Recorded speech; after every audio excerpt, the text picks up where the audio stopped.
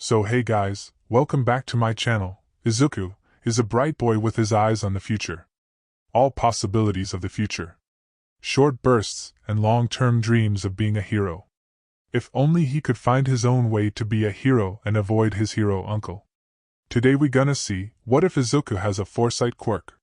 Before I start, please show love and support. Let's start the amazing story. There was something so sweet and sadly familiar about her baby boy's eyes.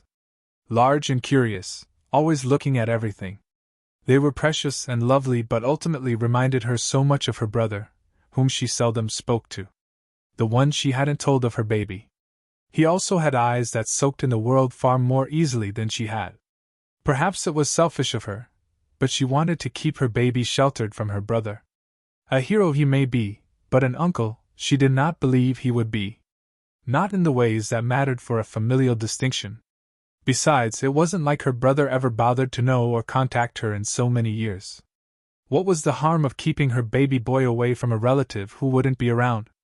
She held him gently to her chest, locking eyes with his as he giggled innocently. "Good morning, Izuku." Izuku responded with his own baby babble. His lips peeled back to show a gummy smile. Yes, there was no rush to tell him anything.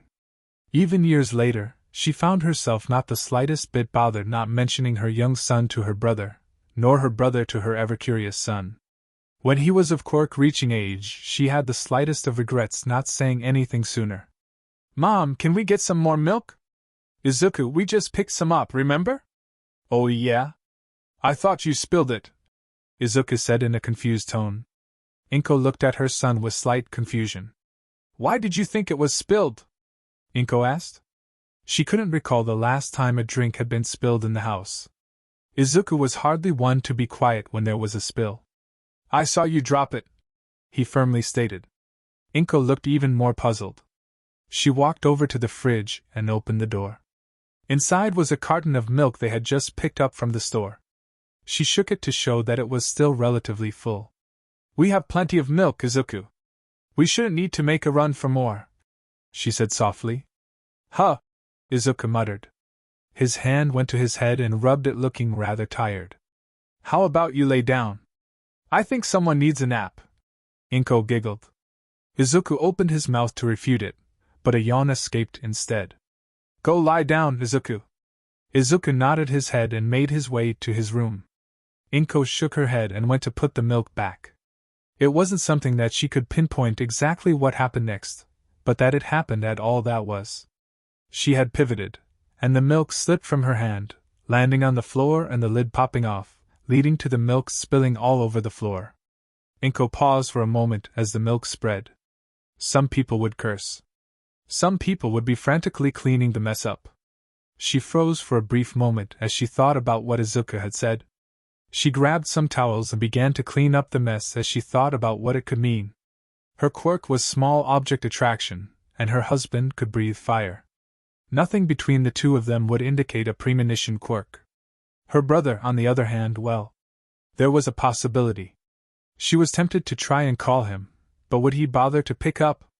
He was a busy man, and they were far from close. No. She would wait and see what would happen.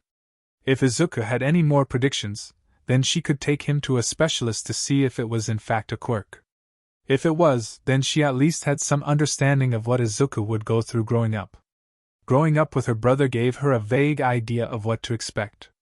It only took a week before he mentioned another thing occurring before it did. He had been watching the news, excited over a hero being shown on television doing a live interview. She sat with him as he gave his excited spiel about the hero on screen. Her eyes narrowed as she listened to him mutter quickly.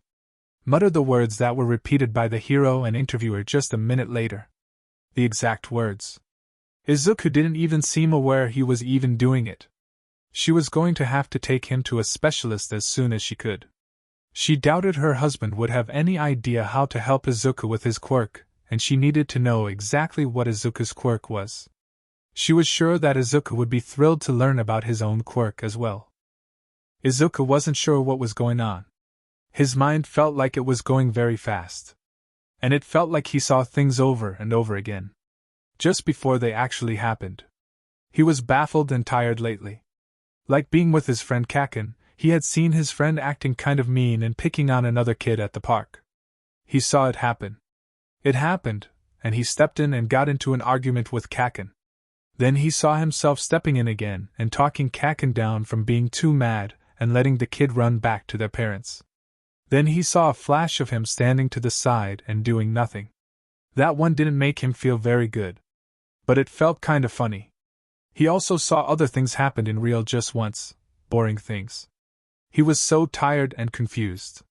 His mom was taking him to the doctor soon though, so he was certain that whatever was going on, he would be fine. He let out a small yawn as he watched All Might on the news.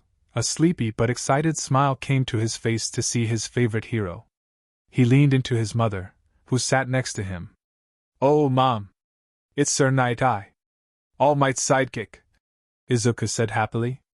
"That it is, Izuku," Inko responded, a little lackluster. The first time she had seen her brother in years, and it was in an All Might interview. She was hardly surprised. He absolutely worshipped All Might. Not too, unlike her own son. They were so alike. His quirk is so cool. He can see the future. And he can tell All Might where the trouble is going to be so he can stop it. Yes. That he can. Inko chuckled at Izuku's enthusiasm. Her mirth didn't fade seeing the stern-faced hero that looked more like a businessman. She bet that he still had quite the sense of humor that led to poorly timed laughter in situations. If he weren't so obsessed with All Might, she would have thought he could have a great relationship with the hero Ms. Joke. Or a rivalry. One-upping each other with their jokes to show their hilarity's superiority. He looks kind of angry, and he's going to get into an argument with one of the people there, Izuku said aloud in a tone Inko was slowly getting used to. It was his prediction voice. It sounded a bit more tired and far less enthusiastic than when he normally talked. Kind of the opposite of her brother when he was young. He had gotten so excited to tell people what he had seen and for it to have come true. Maybe it was because Izuku didn't know that it could be his quirk. Maybe? Or All Might will stop him, he said in the same tired voice. He rubbed his eyes, and a yawn escaped him. Inko looked over at Izuku. That was something she never had from her brother. It was always certain. It was always set. If All Might does stop him, the interview will end with him laughing, Izuku finished. His eyes were locked on the screen, waiting to see what would happen. Inko cautiously looked back to the screen. Sure enough, some reporter asked a slightly more risque question than her brother would ever consider All Might to condone as his personal hero. He jumped up, ready to fight or demand, when All Might's signature laugh distracted him. The number one hero put a hand on his shoulder and encouraged him to sit down and not make a scene. The interview did not last long, and All Might did, in fact, end it with a laugh. Inko was certain Izuku had a premonition quirk. But not like her brother's with absolute certainty. He had commented on 2 different ways it could go, and one had occurred. It may have seemed like logical reasoning for some, perhaps an intelligence-based quirk, but she knew better. // So, Izuku, how are you feeling? Dr. Tsubasa inquired in front of Inko. Tired. My head's been hurting a little, Izuku admitted. And I've seen things. Seeing things? What kind of things? He asked curiously. Things happening over and over. And they're different. Then it does happen, and it's done. Like déjà vu? He asked. Izuku tilted his head in confusion. Kind of like you've done something before, and then it happens again? Yeah. Like that. Ms. Midoriya, do you happen to have any? Yes. My brother has a similar quirk, Inko admitted, knowing what he was going to ask. Izuku's eyes widened. Is this my quirk? He asked excitedly, seeming to ignore the fact Inko had just said she had a brother he had never been told about. She was thankful as once he did ask, it would be hard to answer all of his questions. We'll need to do a few tests to make sure, but it could be, Dr. Tsubasa answered. Izuku's grin lit up. Mommy! My quirk! Yes, Izuku. It looks like it. Why don't we let Dr. Tsubasa finish up, so we know what your quirk is, alright? Izuku shook his head rather violently in his excitement. The tests were rather simple. Dr. Tsubasa used the television, tools hidden behind his back, and even scripted conversation. The scripted conversation was incredibly telling. He had no hesitation on what was going to be said and by who, no matter how silly. The tools hidden behind his back were fairly accurate of what was where and what was being shown. Television was a bit sketchier with the news versus terrifyingly accurate with a scripted show. Even the breaking news didn't seem to surprise Izuku too much. He muttered about how it was his third time seeing it. I believe that he does have a precognitive quirk. Congratulations. Mommy! This is so cool. Yes, it is. Do you know what you want to call it? What did the doctor call it before? Deja vu? Yeah. My quirk is deja vu. Inko chuckled at Izuku's enthusiasm as Dr. Tsubasa documented the quirk's apparent capabilities at that moment along with the name for the government. She couldn't wait until Hisashi got home to hear all about it. Izuku had been excited about his quirk. His dad was thrilled to hear Izuku talk about his quirk. Inko smiled as the two most important people in her life were talking back and forth so warmly. As much as she wanted to listen to their little daddy-son moment, she gave them space so she could make an important call. She dialed a number she knew all too well but never once used. She listened to the dial tone ring as she waited for the call to be answered. Voicemail. She called again. Voicemail again. A third time she called. With a sigh, she left her message. Hey, Otuto. It's been a while. I hope you're doing well. I saw you in an interview recently, she said as lightheartedly as possible. Even to her own ears, it sounded fake. Listen. I need to talk to you. Face to face. It's important, Mirai. Please call me back once you get this message. She hung up the phone. She could only hope that her brother would have a smidgen of time for her so she could ask questions about his quirk to help Izuku with his. Hopefully. She shook her head and focused on the moment currently happening. It was her brother's quirk to focus solely on the future, not hers. She made her way back to her boys to see Hisashi trying to see if Izuku could tell which hand was hiding an eraser by using his quirk. You switch it, Daddy. Oh? What makes you say that? He asked, his voice a rolling timbre with mirth. Because when I see it when I say left, it's in your right. And when I say right, it's in your left. Well, Izuku, you're just too smart for me, kiddo. It's my quirk, Daddy. No, your quirk lets you observe. You're the one who figured out what it meant, Hisashi explained as he tapped Izuku's nose. That makes you smart. He's right, Izuku. Inko spoke up. Izuku's head whipped around to face his mom with the brightest smile. You're so smart. Izuku beamed at his parents. You think I could be a hero with my quirk? Izuku spoke up. The dream of just about every child at his age. Well, if you work really hard you could, Inko told him. You know, there is a hero that can see the future.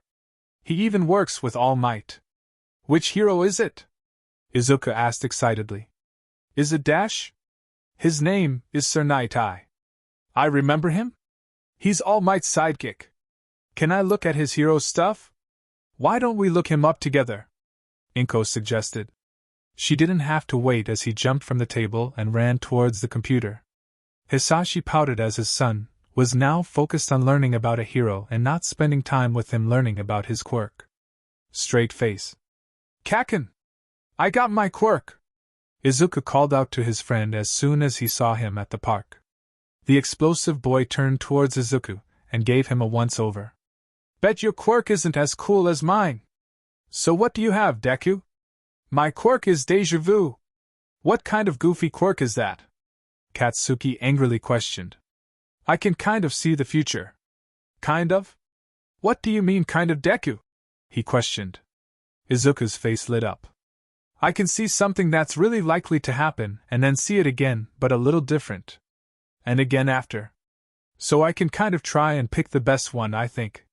Eh? So you see bad guys before they're bad? Katsuki questioned. Izuku blinked at Katsuki's superior grin. His eyes locked with Katsuki, and he felt the familiar wave of his quirk. The first wave was giving an affirmative. Katsuki seemed pleased but then had him go around the playground looking for kids who would be villains to practice his quirk. He could hear kids crying. The second wave was him shrugging his shoulders and Katsuki forcing him to try and use his quirk to find villains. Same as with the other one, he could hear crying. His own tears felt stronger in the second wave.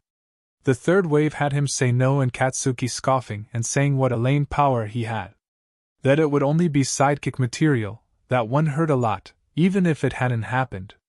Well, it hadn't happened yet.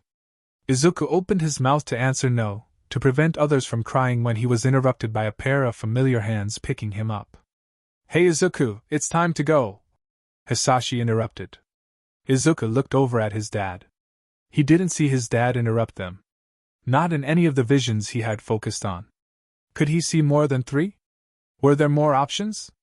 He was excited over a new possibility of his quirk, as well as his dad coming to get him. His dad was always so busy, and he loved spending time with him. Your mom's looking for you too, Katsuki. What? But we just got here. Why is the old hag looking for me? There's a villain fight a few blocks over. So get back to your mom, Hisashi stated coolly. There is, Dad? Who's fighting? Can we see it? Izuku asked eagerly. Hisashi placed Izuku on his hip and tapped his nose. Izuku, it's far too dangerous. If it means that much to you, we can look it up later, alright? But Dad, Izuku whined. He didn't need his quirk to know it was a losing battle. His dad would never let him near a fight. Neither would his mom, but sometimes if they were already there, she might linger a bit more than his dad did. No way, Izuku. It's best left to the professionals, he said stiffly. They've been trained on how to take down a criminal. But it would be so cool to see, Izuku responded. Hisashi chuckled. That's what the news will be there for. And that's a lot safer than being there. Besides, you wouldn't want to be a potential hostage, would you?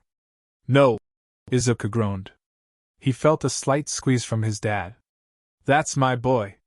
Katsuki, your mother, Hisashi reminded. Katsuki clicked his tongue in annoyance. That hag can get me if she's desperate. Excuse me? What did you say, you little brat? We should get going. Have a lovely day, Hisashi saccharinely called out as the Bakugus got into a little spat. Izuku also didn't need his quirk to see how it would end up with the two explosive personalities. Much like the name of the story, Izuku can see the probabilities of the future. The ones most likely are the ones more readily available for him. His naming of déjà vu is from how he sees his own quirk in action. Unlike Sir Night Eye's more absolute future sight, Izuku can use his more casually but not as far into the future. To compare it, it would be a lot like Garnet's future vision in Steven Universe. She can see various paths of the future, and makes decisions based on her intuition and what she sees. Time passed as it inevitably does, Izuku growing used to his quirk and the headaches diminishing as he grew used to the feeling. He carried a notebook with him, paired with his quirk analysis journal that his dad encouraged. His handwriting, while a messy scrawl, was incredibly fast. His analysis book was what most people had seen. Izuku loved discussing quirks and learning about them. He didn't so much like talking about the other journal. His mom suggested it once he learned about his quirk. He guessed it was because he saw all sorts of things with his quirk and that it could help him keep everything safe. He didn't write in it as often as he did the quirk analysis, but he did write in it when something went wild in his mind.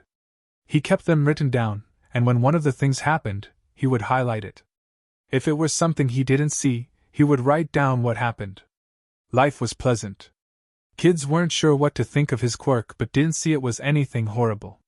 If anything, kids would ask if there was a good chance of a test that day. He was otherwise fairly ignored. He was just another kid in the crowd. He didn't pay it much mind as his quirk kept his mind occupied. Discovering he could see more than 3 possibilities if he forced himself and took more time was interesting. He was 7 when he learned something extraordinarily new about his quirk. For all intents and purposes, it was a quiet day. An average day with Izuku going to school and his mother going to work, his dad on a short business trip. Are you ready to go, Izuku? Inko asked. I am, Mom, Izuku chirped in response. Now Mitsuki will be taking you and Katsuki to school today, she began. Izuku kept his smile up. His mom and Mitsuki would take turns making sure he and Kaken made it to school safely. While there wasn't a lot of local crime, their parents worried over their safety. Kaken hated it, but Izuku didn't mind. He enjoyed spending time with the Bakugos. "I know, Mom!" Izuku answered with a large smile. Inko smiled back and gave Izuku a small kiss on the forehead. Izuku giggled at the kiss. It left an almost tingling sensation that could be felt throughout his mind. He didn't know why it felt that way, but he was never one to say no to kisses from his mom, and it didn't feel bad per se. Just odd. A knock on the door interrupted his thoughts. "Inko? You two ready?" Mitsuki called out from outside their door. "We're coming, Mitsuki," Inko called back. Izuku rushed to the door, much like a young child would, and opening it. "Good morning," Izuku greeted. "Good morning, Izuku," Mitsuki responded. Katsuki looked like his usual annoyed self, all too ready to go to school and prove his superiority among the other kids. "See when you get home, Izuku," Inko says sweetly. "Thanks, Mitsuki. I hope you have a good day to Katsuki." "Thanks, Auntie Inko," Katsuki responded in his usual politeness to Inko. And that led to an interesting reaction from Mitsuki. "Say, Izuku, when are you going to call me Auntie?" Mitsuki asked. Despite it being a common enough comment from Mitsuki and one Izuku could easily see coming, he was still a little uncomfortable with the question. Heck, he was a bit surprised that Katsuki still called his mom Auntie. "Mitsuki," Inko spoke up with a slight warning tone. Mitsuki took it in stride. Come on, Inko. It's the one cute thing my kid does. Does it really surprise you that I would want Izuku to do the same?" "Ha! Who are you calling cute?" "Well, clearly not you. Izuku does far better in the cute department." Izuku blushed at the comment. Inko left for work, and Izuku felt a touch off. His visions felt off. The headaches he thought he had grown out of were returning with a throbbing force. When he sat down in class, his sight grew hazy as a vision appeared at the forefront of his mind. He was suddenly in the heart of the city. He was moving quickly. Everyone seemed shorter. His hair seemed longer. Less bouncy. More swishy. His gaze went to the window in the vision. He didn't see himself in the reflection. Instead, he saw his mother. He gasped and felt the vision fade just as his name was called in class. He answered with no enthusiasm as he tried to make sense of what he had just seen. He had never witnessed a vision like that before. All his visions prior were limited to what he could see. So why did he see something that was from his mom's eyes? Curiously, he tried to focus on what he had seen. He felt the familiar grip of his quirk in his head as he chose what kind of future he was looking for. He focused mostly on his mom. To his moderate surprise, he found a vision with his mother's perspective. Logically, he knew that it could only be, at most, half an hour in the future. It was the furthest he had ever seen. So seeing from his mother's eyes, he saw her enter a cafe. Odd. Wasn't she supposed to be at work? And why were there 2 cups in front of her? There was a faint chime of a bell from the door. "Mirai, please sit." He heard his mother speak in a cold and foreign tone for Izuku's ears. He had to wonder, who was Mirai? "Ain?" A man's voice spoke. Izuku felt a chill down his spine. He knew that voice. But from where? "I already have your coffee," his mother responded. He saw pale and slender fingers appear along with a gray suit. They wrapped around the cup in a rather elegant fashion. "For someone who can see the future, you have terrible timing. If it were important, you would have gone to the police." The man spoke, his face still not in his mother's view. He heard him sip the coffee and let out a small hum of enjoyment. "Not all important things are police matters, Mirai." She kept her voice even. "Like Mom's funeral. It was unfortunate. But I had a case that held a higher priority." "And has that case kept you busy for 3 years? You know my job does not handle downtime well." "I needed 5 minutes, Mirai." "Sorry, Ain, but that's 5 minutes I don't have." He could feel her eyes move to look at the man in question. Sir Night-Eye? His mother knew Sir Night-Eye? "Of course you don't. Forget it. I should have known this would be a waste of time." Sir Night-Eye rolled his eyes. "Ain, don't be so dramatic. If it's that important, spit it out." If you can't even spare 5 minutes, then I won't bother with explaining anything more about it. Your priorities are clearly elsewhere. I am a hero. My priority is to the public. A good hero gives it their all to save others. Even their family? His mother lowly growled. She stood from her chair and walked from the cafe. Sir Night-Eye did not stop her. Izuku felt his head throb painfully, and his breath became labored. His vision was spotty, but just like his other visions, only a few seconds had passed. But what he had seen was harrowing. Even if what he had seen didn't come to pass, his quirk gave him insight into the future. There was no doubt about it. So that would mean what he saw was the future. But it was clear that that future had his mother knowing Sir Night-Eye from long ago. He called her Ain. Was Sir Night-Eye his mom's brother? Was Sir Night-Eye his uncle? Did his dad know? Why wasn't he told sooner? It was safe to say it was hard to focus on school for the rest of the day. He felt tired and numb from getting visions of his mother. But mostly from the first vision he had seen at the beginning of school. By the time the day was over, he was ready to crash, much to Katsuki's annoyance. He barely noticed that his mother had come to pick them both up. Nor did he notice when Katsuki was dropped off. He sat on the couch at home when he asked what he wanted to know all day. Mom? Yes, sweetie? Are you feeling all right? You seem tired. Mom, are you Sir Night-Eye's sister? He asked, trying not to yawn. Inko froze and stared at her son. Izuku, where did you get that idea? She didn't deny it. I saw it. I had a vision. You were in a cafe. And you were with Sir Night-Eye. He called you Ain. You had a vision of me? Uh-huh. I had a lot of you today, he said, a yawn slipping out. He felt his mom sit next to him and carved fingers through his hair. Just today? Izuku hummed an affirmative. When did it start? At school. Did anything different happen today?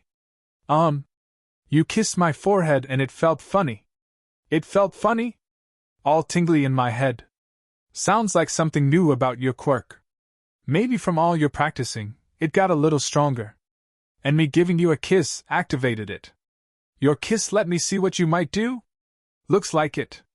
Izuku's eyes lit up for a moment, then a yawn took over. Inko looked over him with amusement. Why don't you take a quick nap, Izuku? It looks like you're pretty drained from this new ability. Okay. Wake me when Dad gets home? Of course. I'm sure he'd love to hear about what you've learned about your quirk.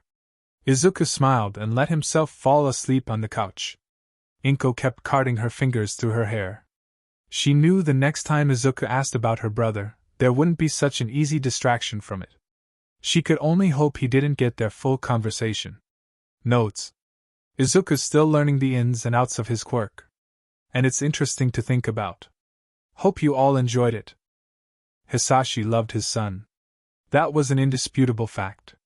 As clear as the freckles on his darling boy's face, he did love him. Hisashi loved his wife. That was also an indisputable fact. His love is as strong as the sun burning so far away so constantly in the vacuum of space. Hisashi did not love his occupation.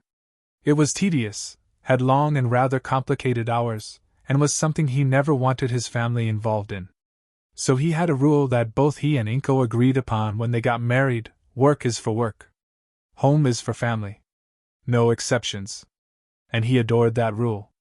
It meant coming home to his darling wife and adorable child and connecting and loving them rather than wallowing in the dregs of the day. Izuku was, of course, the exception. They needed to know if everything was alright with school and didn't want him keeping secrets as young as he was. Coming home, he couldn't help but be slightly worried seeing Izuku sleeping on the couch, clearly out like a light. Oh, Hisashi, you're home, Inko greeted, sounding like she was in a good mood. It only served to confuse him further. Dinner's almost ready. Why don't you wake Izuku? Hisashi blinked and then asked. Is that katsudon I smell? It is. I thought we'd celebrate. Hisashi blinked and instinctively looked down at Inko's belly. She smacked his arm playfully. Not that kind of celebration, Hisashi, she reprimanded playfully. He feigned pain at his wife's reaction but felt his curiosity grow. Good news, no doubt. And Katsudon was Izuku's favorite. So Izuku had good news. He turned his head towards his sleeping son. A soft smile came to his face, and he approached Izuku as Inko returned to the kitchen to finish the dinner. He knelt in front of his sleeping son's face. He placed his hand on Izuku's shoulder, covering it entirely. He lightly shook Izuku. Izuku's blurry eyes opened, then closed. "Izuku, it's time to wash up for dinner," he said softly in his low timbre. Izuku's eyes fluttered open, and a large smile came to his face. "Dad!" he cried out with much enthusiasm. His small arms wrapped around Hisashi's much larger form. "You're home. Where else would I be?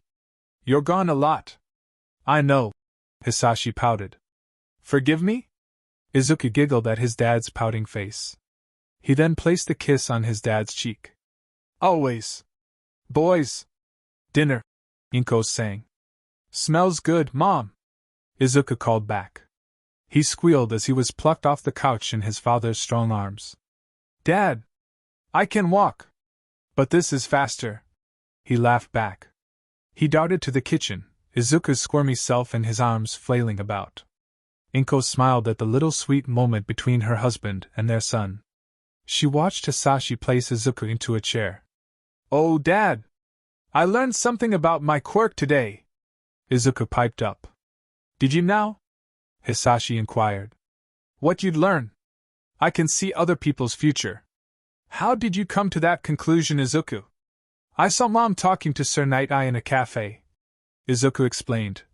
"When I sat down in school." Hisashi looked over at Inko, who had sat down at the table. "Sir Night-Eye?" he parroted with an incredulous tone. He knew of Inko's brother. He had never been introduced to him, but he was a bit of a celebrity among heroes considering he was practically All Might's #1 guy. He knew that Inko hadn't spoken to him in years. He also knew that she had tried to get in touch with him once Izuku's quirk initially came in.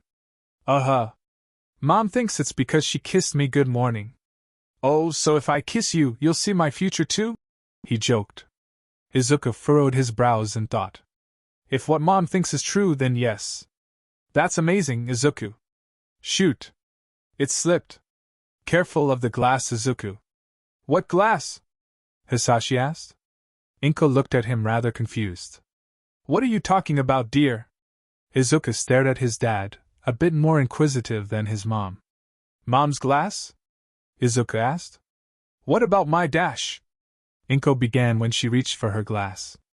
Being a bit distracted by her husband's oddness, she didn't notice exactly where it was, knocking it off the table rather than picking it up. The glass fell and broke. Shards of glass scattered on the floor, with tea splattering in a puddle, leaving Inko flustered. "Shoot! It slipped. Careful of the glass, Izuku." "Deja vu," Hisashi said weakly. "I'll get the broom and dustpan." "Hisashi, would you get some towels to clean up my tea?" "Sure." "Izuku, why is the broom in your room?" "An experiment." Hisashi stood up to get the towel as he then heard his wife looking all around their home for the broom. "Didn't she find it in Izuku's room?" "Isn't the broom in Izuku's room?" Hisashi called out as he carefully began to mop up the tea and a few of the larger pieces of glass. Izuku's eyes locked onto his dad, and his infamous notebook of quirks was pulled out. He began writing something in it. "Hisashi, that's ridiculous. Why would the broom be in Izuku's room? Didn't you say you found it there?" "No. I haven't even been in Izuku's room," she commented. She did open his bedroom door then. "Izuku, why is the broom in your room?" "An experiment." "Deja vu," Hisashi said once more. "What kind of experiment were you trying to do, Izuku?" Izuku's face flushed in embarrassment. Shouldn't we get this cleaned up?" "We can clean and listen, Izuku," Hisashi spoke up. He was curious over Izuku's newest experiment. He had tried to learn words by finding them, using his quirk to look for a reasonable time to ask certain people what the word meant and try and get the definition. It didn't really pan out as it led to a larger headache. The family figured that he wouldn't necessarily ask about the word later because he knew the word later, making that timeline possibility almost impossible to occur. I read about how muscles can remember things," Like how we walk without thinking about it. Izuku began looking sheepish. I wanted to see if I could trick my body to catch the broom without effort. Like a baton? Hisashi asked, a little amused.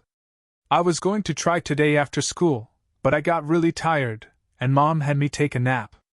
While your mother and I are thrilled you want to know more about your quirk, please don't do those experiments on your own, Izuku. You could get hurt. Okay, Dad. Hey, did you feel funny before Mom broke her glass? I did have a moment of déjà vu. Izuku, what are you suggesting? Inko piped in, returning with the broom. A familiar spark of excitement came to Izuku's eyes. Well, if it's possible for me to see something because you kissed me, I was wondering if the same thing could happen if I kissed someone. So I kissed Dad when he came home. Hisashi blinked. Well, if that wasn't a clever and somewhat conniving plan Izuku had. Harmless, sure, but the implications could have led somewhere far more terrifying. He was just glad that Izuku was experimenting at home rather than trying to at school. Dad kind of proved it by knowing where the broom was. Izuku finished, his cheeks returning to scarlet when the excitement began to die down. Izuku, please don't tell anyone that aspect of your quirk. Inko spoke up. But Mom! It's cool, isn't it? Very. But you wouldn't like it if people at school were kissing you or trying to get you to kiss them, would you? Izuku gave a very childish shake of his head, repulsed at the idea of kissing anyone at school or being kissed. His parents laughed at his reaction. Hugs became the primary show of affection in the house, with the consistency of his visions of others lining up with kisses he received from his parents. They did discover that the kiss had to be done on the face to work after his dad has kissed a boo-boo, and no visions of his dad's future came forth. The forehead had the strongest results, whereas the cheek had the weakest results, resulting in phantom phrases and more feelings than visions. Things were good for the Midoriya family. Anything you want me to bring home from America? Hisashi asked Inko and Izuku. Lots of pictures, Inko said, followed by a peck on his lips. And you home on time. I get lost one time dash. Dad, you ended up in Russia, Izuku piped in. One time? Russia, Inko responded in a sing-songy tone. And you two will never let me live it down, Hisashi groaned. Dad, you were missing for a week. We were worried. Mom was ready to hire a detective to find you. I know. And I'll call before I board the plane. I'll call when I land. Both ways. I will come home on time. Okay? Okay. And who knows, maybe when I'm in America, I may find a special piece of exclusive All Might merchandise. Izuku's face lit up, and Inko inwardly sighed. Even after all the years, her son was still as a zealous fan of All Might as he ever was. She might even argue he was a bigger fan than her brother. Hisashi, you'll miss your flight. Then end up on the wrong plane again if you don't leave now, Inko commented. He'd end up in Brazil if he did. And how would you know that, Izuku? Hisashi asked. I don't. But it's a fun guess, he responded with a cheeky smile. He raised his arms to hug his dad goodbye. Hisashi returned the gesture and pulled Izuku in for a tight hug. I'll miss you, Izuku sniffled. Miss you more, Hisashi responded.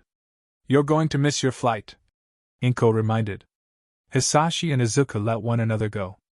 Hisashi gave Inko another peck on the lips, grabbed his suitcase, and just before he walked out the door, he said, Well, until we see each other again, know I love you. Once the door was shut, Izuku looked at his mom. Mom, can I sign up for jiu-jitsu?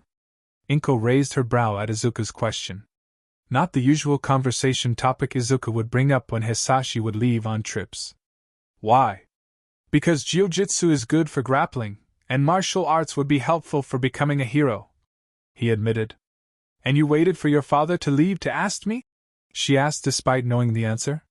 Dad doesn't like the idea of me fighting. Even though I want to be a hero, and I'm going to need to know how to protect people. You're not going to know how to do jiu-jitsu in 2 weeks' time, Izuku. It's a long commitment. I know. But if I get started, and I like it, Dad's less likely to say no to it. Can we please try it? Inko was quiet for a moment. If you are certain you want to try it, I don't see the harm in finding a teacher for you. Izuku's grin widened at his mom's agreement. Izuku began and was enjoying learning jiu-jitsu during the time his dad was gone. He wasn't in the meat of it quite yet, but he understood the need for the laps and other basic physical training. He even learned the odd stretch. Shrimping. He couldn't wait to show his dad what he had learned so far. Straight face. Izuku, head to bed. But Mom, Dad should be landing soon. Can I stay up for the call? Izuku begged. No. The last time you did that, you then tried to stay up until he got home, and you fell asleep in class. That was one time.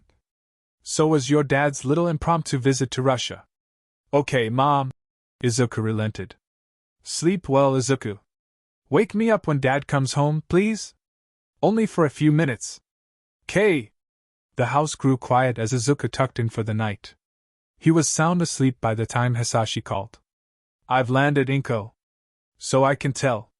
I don't know how they keep talking me into taking these trips. They are a nightmare and a half. Are they? Yep. They keep me away from you two far too long. Inko giggled at Hisashi's flirting over the phone. You're being kind of quiet, Inko. Is our little beansprout asleep? Why, yes, he is. So what are you wearing?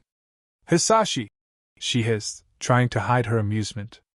Asleep or not, now is not the time. You're at an airport, for goodness sakes. So it would be better if I were in a taxi? Hisashi, I swear dash. Might I compare thee to a summer's day? You are impossible. She laughed. It's why you love me, isn't it? I love you for more than your libido. Yes, I know, my dear. Oh. There's my taxi. Shall I continue to ravish you during my ride dash? No, Hisashi. You can do that once you're home. You wound me, my dear. Well, until we see each other again, know I love you. We love you too, Inko responded. The phone was placed down. The call ended as she wrapped herself in a blanket, waiting for Hisashi to come home. Izuku could hear crying. No, downright sobbing. It was all around him, and he felt ill. His stomach felt like it was going to purge itself. His breathing was growing heavy. But his vision was solely on his mother. She was weeping in her chair. She was weeping over a familiar suitcase. His tongue felt fat in his mouth. He couldn't find the words to say. Something was wrong. Something was horribly wrong. Where's Dad? He wanted to ask. But for whatever reason, he couldn't speak. We're going to all weekend to find your husband, ma'am. A voice he didn't recognize said. He lifted his head to see an officer sitting across from his mom. Please, please find him safe. She choked out. Her hand reached towards the case but held back. Her tears flowing faster. Izuku felt like those tears would drown him. Izuku's eyes opened, a little confused. His heart was pounding, and he felt a desperate urge to be with his mom. He slid out of bed and made his way to the living space. Mom?